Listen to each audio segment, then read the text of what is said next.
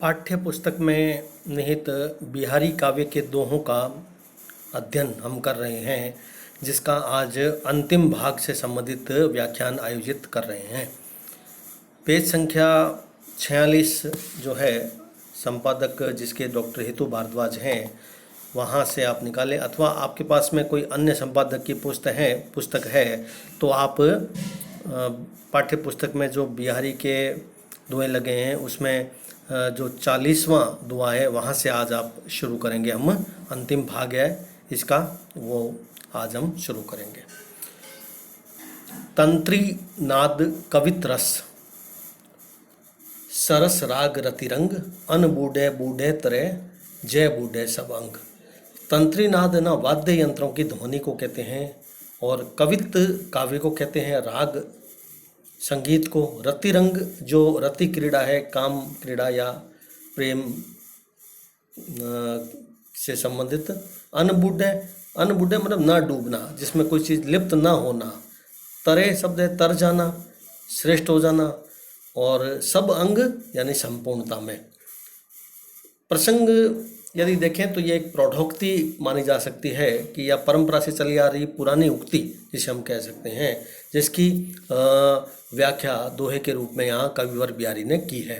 वे कह रहे हैं कि तंत्री नाद अर्थात वाद्य यंत्रों के स्वर, या जो वीणा होती है उसके जो यंत्र होते हैं उनके स्वर, दूसरे शब्दों में हम कहें तो संगीत जो है उसको सुनने की जो या समझने की जो क्षमता है उसको विकसित करने की भावना।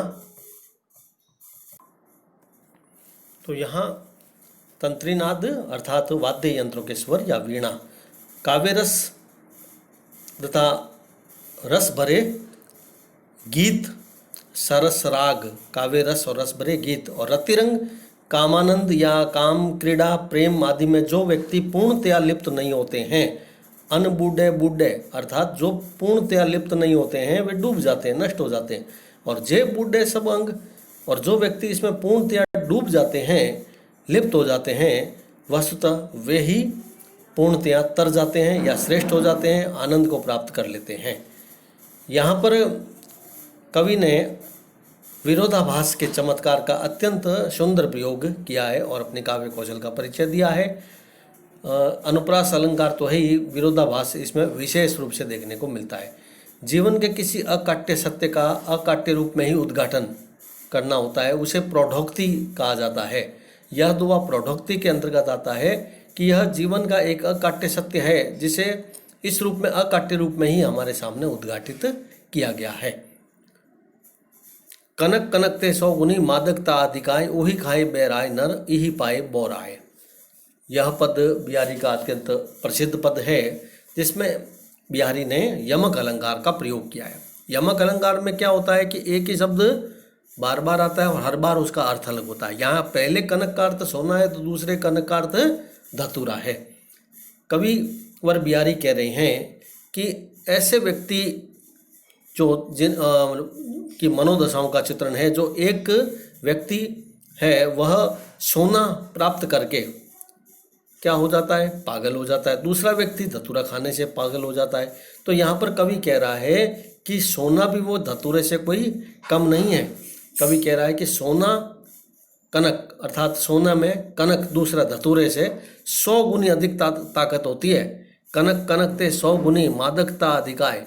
पहला कनक का अर्थ सोना है, दूसरे कनक का अर्थ धतूरा है। तो सोना अर्थात स्वर्ण जो है उसकी जो ताकत है वह धतूरे से 100 गुना अधिक होती है, क्योंकि धतूरे को खाने पर ही दुनिया मतलब पागल होती है या बावला हो जाता है, परंतु सोने को उसका अर्थात स्वर्ण को, संपत्ति को प्राप्त करने पर व्यक्ति क्या हो जाता है, और भी उन्मादी और भी विचित्र दशा या उसकी मनोदशा बिल्कुल एकदम उन्मादी जैसी हो जाती है।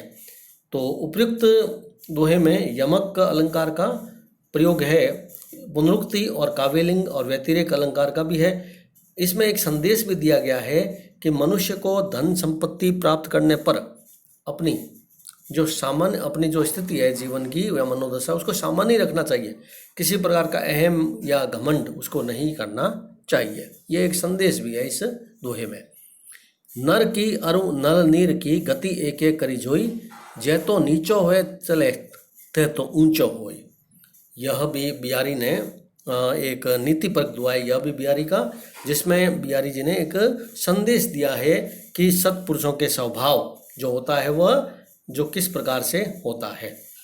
गति शब्द है यहाँ पर दशा या चाल, एक एक करी अर्थात एक रूप से, जोई यानी देखिए। सत्पुरुषों के स्वभाव की तुलना नल के जल से करते हुए कवि बिहारी कह रहे हैं कि नर की अरु नल नीर की गति एक जरी हुई। सत्पुरुषों के स्वभाव जो होती है उनकी गति नल के जल जैसी होती है। नल का जल क्या होता है, ऊपर से हमेशा नीचे की ओर चलता है, वह उतना ही ऊपर उठता है। उसी प्रकार जो व्यक्ति जितना विनम्र होता है वह उतना ही उच्च और श्रेष्ठ होता है। जे तो नीचो हुए चले ते तो ऊंचो ही, नीचों में अर्थात उनका स्वभाव जितना विनम्र होता है, सत्पुरुष का जो जीवन है वह उतना ही उच्च, इतना ही महान और श्रेष्ठ होता है। यह सामान्य एक धारणा है हम कि कोई भी वस्तु जितनी तेजी से नीचे की ओर गिरती है या फेंकी जाती है, वह टकराट उतने ही वेग से वह ऊपर उठती है। यहाँ पर हम कह सकते हैं कि कविवर बिहारी को ना पूरी तरीके से हर शास्त्रों का ज्ञान था। वह वैज्ञानिक जैसे लग रहा है कि जैसे विज्ञान से संबंधित जो उनका ज्ञान था वह भी कोई कम नहीं था। उपमा, अनुप्रास और विरोधाभास का प्रयोग भी यहाँ पर दिखाई देता है। सलेश अलंकार भी है, दीपक भी है। मरत प्यास पिंजरो प्रिय,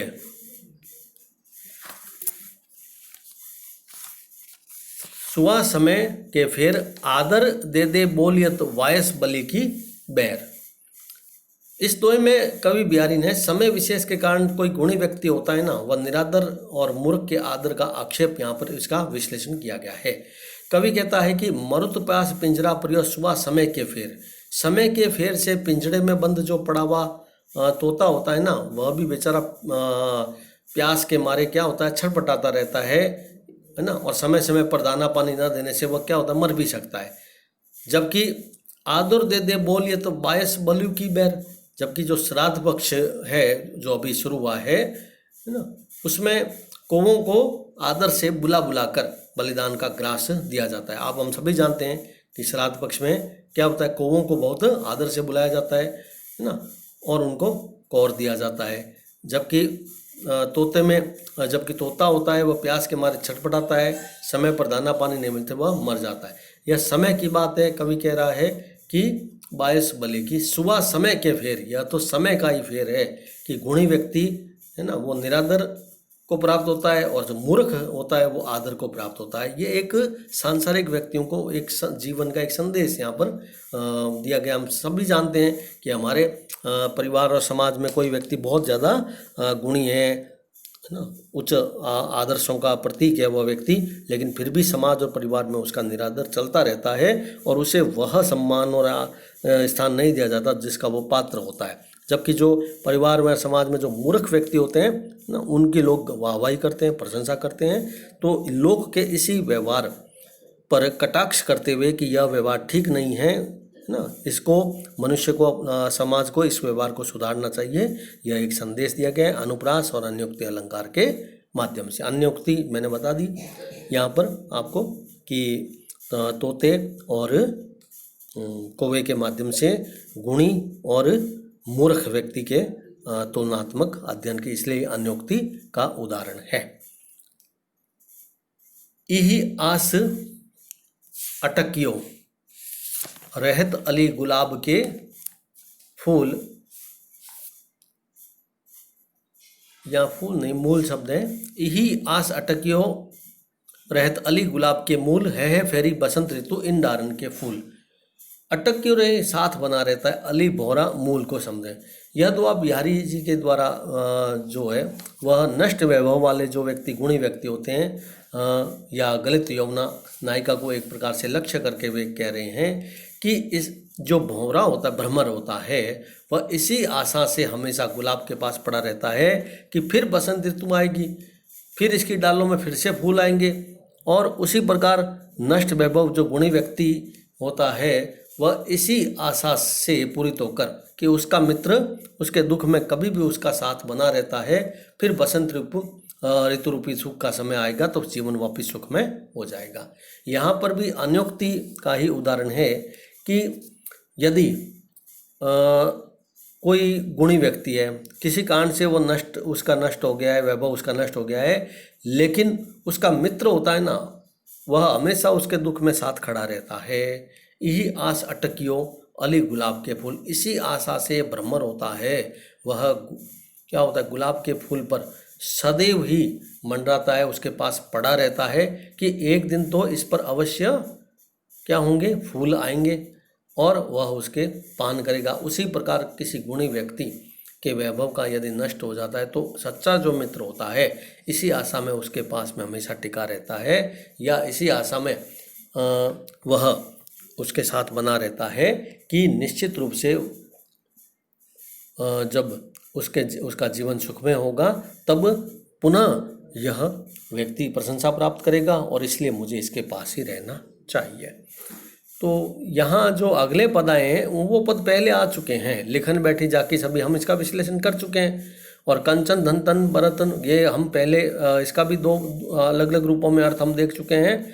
लगभग वही अर्थ है जो पहले हमने इसका विवेचन किया था ना। अब जो नया पद है, एक पद तो पूर्व में आ चुका है पहले ही, उसका पुनः यहाँ पर लिख दिया है, तो इसलिए इसका अर्थ करना ठीक नहीं है, उचित नहीं है। भले आप पुनः उस व्याख्यान को देख लें जिसमें मैंने किया हुआ है इसका अर्थ कि लिखन बैठी जाकी सभी का। अब आप अगला पद लें, आवत जात न जानिए तेजी तजी शेरान, घर जवाई लो घट्यो खरो पूस दिन मान। इस पद के अंतर्गत कवि ने घर जवाई जो हो जाते हैं व्यक्ति ना, उनको एक संदेश देने के दृष्टिकोण से यहाँ पर एक दोहा इन्होंने दिया है। यह भी एक नीतिवर्ग दोहा हम मान सकते हैं बिहारी जी का, कि ससुराल में जो रहने वाला दामाद होता है ना, वह सदैव क्या होता है, अगर स्थायी रूप से रहे तो वह क्या होता है, प्रयास का पात्र बन जाता है। उसकी तुलना यहाँ पर पौष मास के सूर्य से बिहारी जी ने की है। पौष मास में क्या होता है कि आवत जात न जात ये तेजी तजी शेरान, घरो जवाई लो घट्यो खरो पूस दिन मान। पूस मास में पूस दिन मान, पौष मास में दिन का मान सम्मान है ना, वो इतना कम हो जाता है कि सूर्य की कब आया और कब छिप गया, सूर्य के आने जाने का कुछ पता ही नहीं चलता है ना। जैसे घर जवाई जो होता है वह अगर निरंतर है ना ससुराल में रहता है तो वह कब आता है और कब जाता है उसका पता नहीं चलता। लोग उसका ध्यान नहीं रखते हैं, उस ससुराल वाले उसके आने और जाने में या उसके घर में रहने में उसका सम्मान घट जाता है।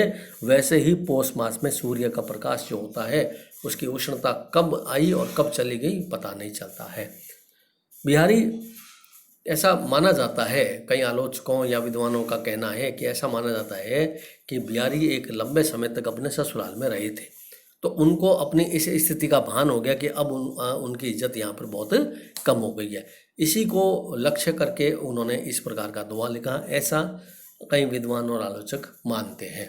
किंतु निश्चित रूप से इस अनुप्रास, सलेस और उपमा अलंकारों के माध्यम से जो यह बिहारी जी ने यह जो दोहा रचा है उसमें एक संदेश दिया गया है कि निरंतर ससुराल में रहने या घर जमाई रहने से मनुष्य का मान सम्मान कम ही होता है। पावस निधि अंधियार में रही भेद नहीं आन, रात धौंस जान्यो परत लखी चकई चकवान। इस पद के अंतर्गत पहले आप शब्दों का अर्थ देखें।